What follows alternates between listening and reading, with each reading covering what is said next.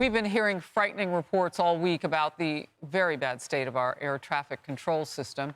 And just this morning, the FAA implemented a ground stop at Newark International Airport due to construction. That has since been lifted. Fox News can also confirm that at 3:55 a.m. today, radar screens went black again near the Newark airspace. Several planes reported a loss of service for more than 90 seconds.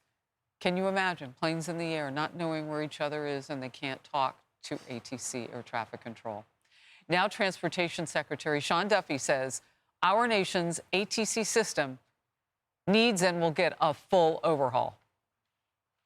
This technology is 50 years old that our controllers use to scan the skies and keep airplanes separated from one another. Controllers pass these strips of paper from one to the next as they're passing off control of an aircraft. This should be digitized. A lot of kids don't know what these are. They're floppy disks, but they don't know, what's a floppy disk? Quick note, when systems go down in the equipment that you see up here, we don't call the manufacturer to buy replacement parts for this equipment. Do you know where we go? eBay. We shop on eBay to replace parts to fix our equipment in the system that keeps you safe, keeps your family safe. Look, they know they have to put teams on the ground, and Secretary Duffy is all over it. And yet, when people take flights out of Newark, it becomes a topic of conversation. Kennedy, you and I were just having one. You have a flight today. I do, out of Newark, going across the country, hoping for the best. United has been very good. They've been communicating with all their passengers flying out of Newark, saying there are other options if you want them.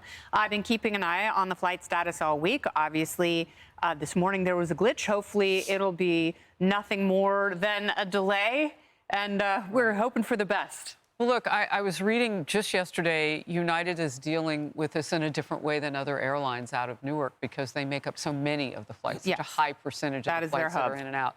So what they said was they are looking at, and they put out a list of trips they're not going to have anymore. And these are the smaller flights going to regional airports. They want to concentrate on the larger. So I think you're fine on a big plane going cross country.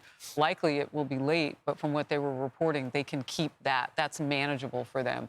So, then the big question comes, Jerry, how long can they sustain? Those are the bigger money makers for airlines, those bigger cross country and international flights. But they take a lot of staffing. And so what will this look like going forward? It's a great question. So the United CEO, Scott Kirby, is out today with an op-ed saying that, this is a massive problem. The system is broken. He says Newark needs action now. The federal government is talking about maybe doing something, but what is that, 6 months, a year, 2 years, 3 years away? They've got to fund it first and then decide what to do. This is frightening. I mean, I was looking at the details from the presser. They're using copper wire instead of fiber. Some of the radio systems are 30, 50 years old. This is ridiculous. It needs to be changed and changed quickly. And can I just say this isn't a political conversation. No. This is a safety conversation. Yeah. This is an American safety conversation. I will say, though, Paul, air traffic controllers and the staffs at airports, and it's being reported that this situation will feather across the United States. It's bad at Newark, right. But it can hit any airport that flies as often as Newark does or close to it.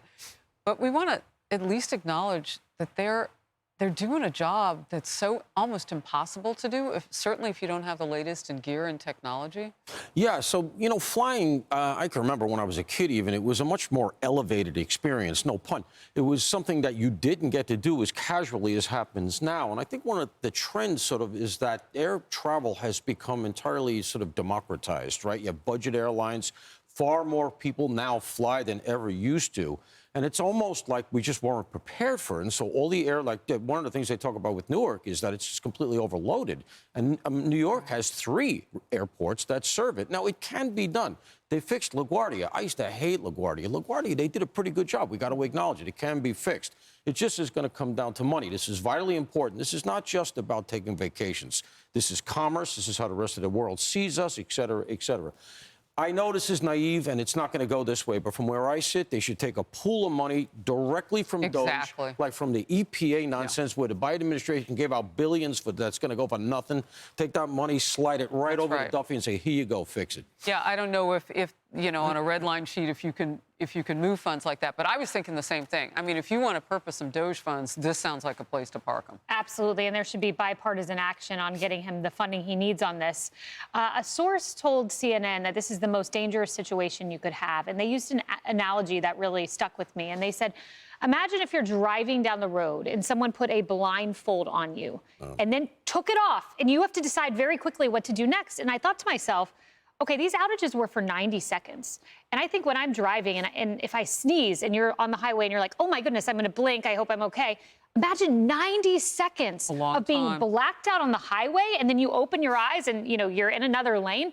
This is a frightening situation, especially when you think of it in terms of that driving analogy. It needs to be fixed. Help Sean Duffy get him the funding he needs, because we can all rally around this. I saw the secretary last week. I think he was in on either America's Newsroom or Fox and Friends, and he was on the hallway where my office is, and he said, I just need funding. He said this last week. Yeah. So, I mean, a whole other week goes by, and look where we are. Scary. Stay on the story for you. Hey everyone, I'm Emily Campagno. Catch me and my co-hosts Harris Faulkner and Kaylee McEnany on Outnumbered every weekday at 12 p.m. Eastern, or set your DVR.